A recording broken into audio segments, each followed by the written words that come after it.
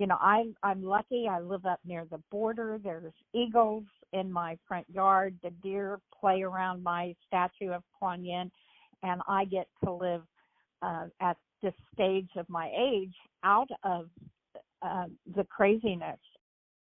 And what came to me was how complicated we make this energy sound to normal people. The regular people who go, what's Jupiter? What's Pisces mean? And what is going on is the ending of an era on this planet. And the ending signs are Capricorn, about structure, and Aquarius, about breaking down the things that don't work, and Pisces, about the recognition that we're all one. Now, I've been hearing that since the 60s. And it sometimes seems that we've moved further away from that. But on April 12th, Jupiter, which is the planet that is about expansion, and Neptune, which is about art, music, beliefs, illusions, dreams, visions, imagination, they come together in Pisces for the first time since 1856. So I have a question to ask you. If I say the birth of the blues, what do you think came from the birth of blues music in the world? It was a connection between the differences on this planet.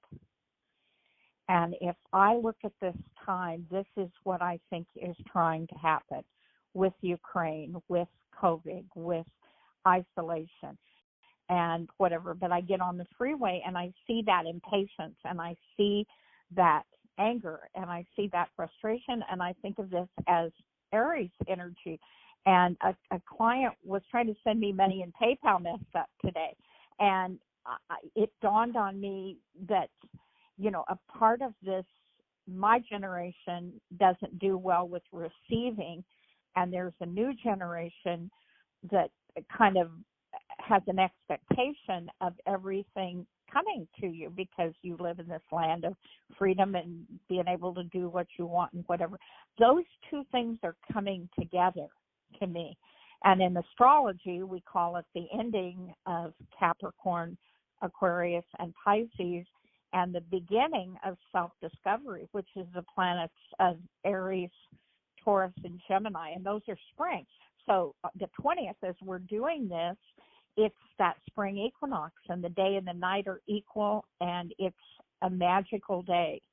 And so this magical energy also has Jupiter and Neptune coming together in Pisces for the first time, as I say, since 1856. There was slavery, and there was war, and there was a lot of stress. So I think those of us who weren't there, you'd have to watch those old movies where Harlem opened up and the people in their fancy gowns began rolling into those clubs, and the music changed and the heartbeat changed, and people's hearts began to beat together. So, you're going to hear a lot of talk from astrologers today about the technical part of it, and I thought, keep it simple. I sent you all these details and charts and dates of things happening and when they happened, and it dawned on me that doesn't really mean anything to that person that's struggling at the grocery store or not knowing whether to send their kids to school in a mask or not. You and I talked about animals, bringing animals in. That's a truer connection to those first three signs, the Aries, Taurus, and Gemini. They're tactile.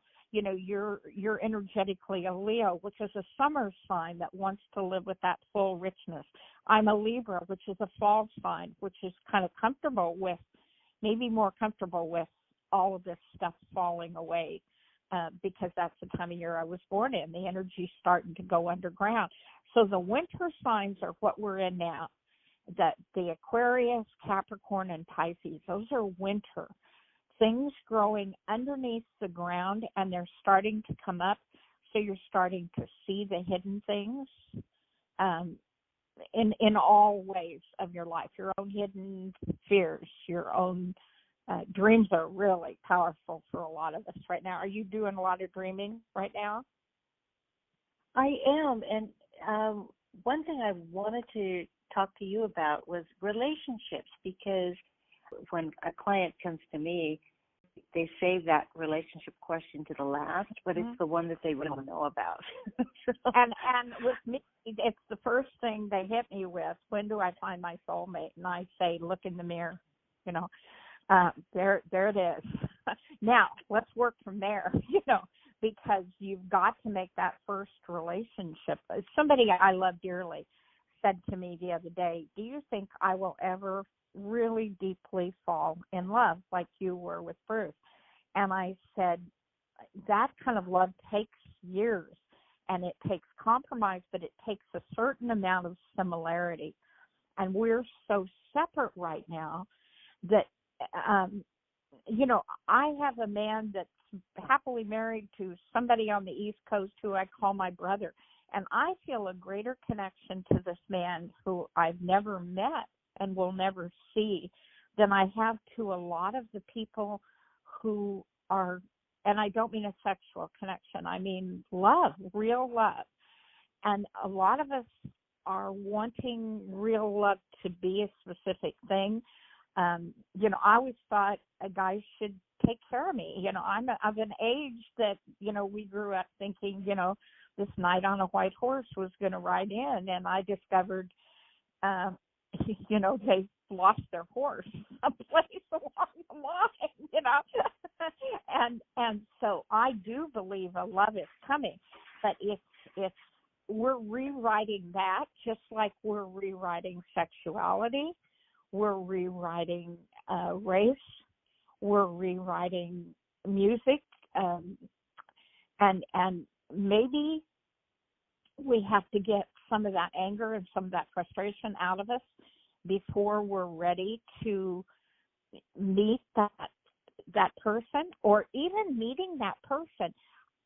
You know, I married a couple at 84 a few years back. They were both 84 years old, and that's something called a Uranus return, which is the planet of change. And they'd been in love when they were young, but all these things brought them apart. So love on a level the way we expect it, I don't know if that's a realistic view. Yes. So one thing that you had talked about earlier was, I think it was Taurus and Scorpio, and that people's contracts were kind of being rewritten Karmic now. contracts. Yeah, it's the North Node, which is our destiny point, and the South Node, which tends to be a past life point. They, in February, the North Node moved into Taurus, which is I have.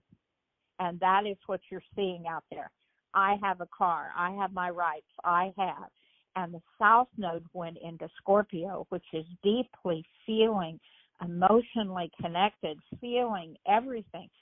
These are fixed signs, and they're asking us to look at what you have. If you can't get out and take a vacation, I try to post pretty pictures on Facebook. I post jokes every day. I try to put stuff out there to show you can have something. You don't have to save up until next June and go to Hawaii. You can have some beauty in your life every day. You can have something you enjoy, and that breeds love of other people. You know, I believe that love grows. But if you don't feed it, you know, I've got Thor tucked under one arm right now and another cat sitting at my feet. And I reach out and I pet them, and that's a tangible Taurian connection. And so I think sexual energy is going to really increase over the next 18 months. I think people are going to be needing more intimate contact of some kind. And so how do you find that if you're wearing a mask, or if you're afraid, you know, you go park next to somebody in a drive-in and you roll your window down to the waitress that walks up, and the guy next to you rolls his window up. And I just kind of laugh, because I think, wow, to try to be meeting somebody in this environment, I would have to look at what I have. Do I have a feeling of safety? Do I have a feeling of security? Or the other end of those fixed signs is we can just freeze in place. But I don't think, we have Chiron, the wounded healer, until 2029 is in Aries. We've got to be brave. We've got to be brave enough to say, I'm going to try this again. My husband died in 97, and I never got married again, but I have loved deeply and fully since then. It didn't have to be a marriage, but I have had people that I have had the most intimate soul connections with. So had I gone looking for someone to sleep with, I would have had to give up some of the other connections, the groups I wanted to do and the clients and whatever. And I'm greedy. I've got Scorpio rising and a Taurus moon. I want it all. So what do you want? What do you have right now? Do you have a sense of feeling like, okay, so let me turn this around again. What I hear is I have not. That's what I'm hearing more from people than what they have. And if you want to turn this energy around, if you want love, Venus is the planet of love, but first to love, don't you have to have Jupiter? Don't you have to have a faith and belief that that person isn't going to rip you apart? Don't you have to have Neptune? Don't you have to have imagination that person could fit with you, that you could sit on a porch when you're 80 and laugh together? And don't you need Taurus? Don't you say, I have the capabilities to make this work? Don't you need Scorpio? Don't you need that deep, intimate connection? And to me, they all are very present in the sky right now. It's like somebody said something very sad in the meeting last night, and I said, we've never had a more powerful energy out there to see and wish and pray and believe and make something happen.